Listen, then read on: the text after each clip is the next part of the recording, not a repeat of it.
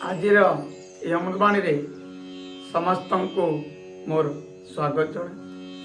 आजिर अमृतवाणी है पूर्वर लोक माने घर कबाट बा बाहर लिखुले अतिथि देव भव।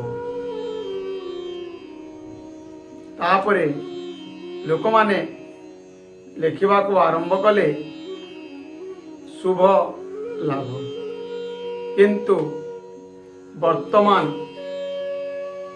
आजिकाली लोक माने घरे लिखुचंती कुकुर प्रति सावधान।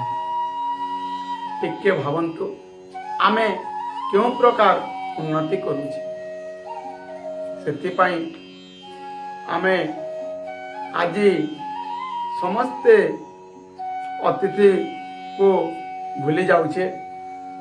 समस्ते अतिथि देव भव लिखा निहाती आवश्यक। एटा थिला आज अमृतवाणी।